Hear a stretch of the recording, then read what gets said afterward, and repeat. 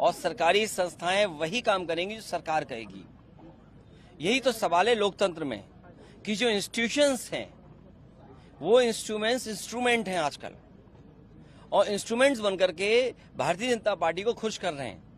जो दुनिया में रिकॉर्ड बनाने जा रहे हैं झूठे मुकदमे का, ये केवल दुनिया में रिकॉर्ड नहीं बनने जा रहा है इनका झूठे मुकदमे का, ब्रह्मांड का रिकॉर्ड बनाने जा रहे हैं ये लोग। झूठे मुकदमे लगाने में भारतीय जनता पार्टी ब्रह्मांड में रिकॉर्ड बनाने जा रही है। और ये इलेक्टोरल बॉन्ड्स ने जो बैंड बजाया था बीजेपी का, उससे बचने के लिए, ध्यान हटाने के लिए काम भारतीय जनता पार्टी कर रही है। पहले हेमंत सोरेन, उसको समय में और भी ऐसे लोगों की गिरफ्तारी। देखिए, आप तो इन चीजों को बेहतर समझते हो, देश की जनता बेहतर समझती है। जो सत्ता में रहते हैं वो अपने इस तरह के विभाग का इस्तेमाल करते हैं। एक समय था कि जो भी सरकार में था वो इस्तेमाल करता था, आज बीजेपी 10 कदम आगे बढ़कर के इस्तेमाल कर रही है। आखिरकार इंस्टीट्यूशंस का क्या, क्रेडिबिलिटी क्या बची इन इंस्टीट्यूशंस की? लोकतंत्र में जो भी सत्ता में आए उसकी जिम्मेदारी है कि इंस्टीट्यूशंस को बेहतर करें। आज इंस्टीट्यूशंस की क्रेडिबिलिटी क्या बची? आम लोग ये जानते हैं कि ED, CBI, income tax BJP के लिए काम कर रहे हैं। और जब से इलेक्टोरल बॉन्ड्स का खुलासा हुआ है तब से और जनता जान गई है कि किस तरीके से डरा के धमका के इन्होंने वसूली की है। वो चंदा नहीं है, वो वसूली हुई है। सोचो, हजार करोड़ रुपए कंपनी दे रही है।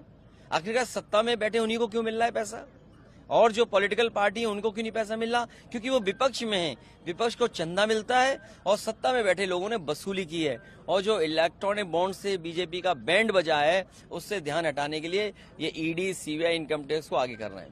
इंडिया अलायंस आप लोग जाने से जेल जाना, एजेंसीज बुलाएंगी, लेकिन अब तो चुनाव की तारीख आ गई। अब जो कुछ फैसला लेना है जनता को लेना है, और हमें उम्मीद है कि जनता इस बार भारतीय जनता पार्टी को हटाएगी। एक ऐसी पार्टी जिसने नौजवानों से झूठ बोला, और मैंने कई बार फार्मूला दिया और मैं फिर देता हूं आपको कि 60 लाख बच्चे परीक्षा लिखे जो परीक्षा नहीं लिख पाए। पेपर लीक के कारण 60 लाख बच्चे परीक्षा नहीं दे पाए, अपना भविष्य नहीं बना पाए। और अगर उनके माँ बाप को केवल हम जोड़ दें तो 60 लाख गुणा 3, 1 करोड़ 80 लाख, और 1 करोड़ 80 लाख का 80 लोकसभाओं में अगर हम भाग दे देंगे तो 2,25,000 वोट कम हुआ है। इसकी भरपाई भारतीय जनता पार्टी कैसे करेगी?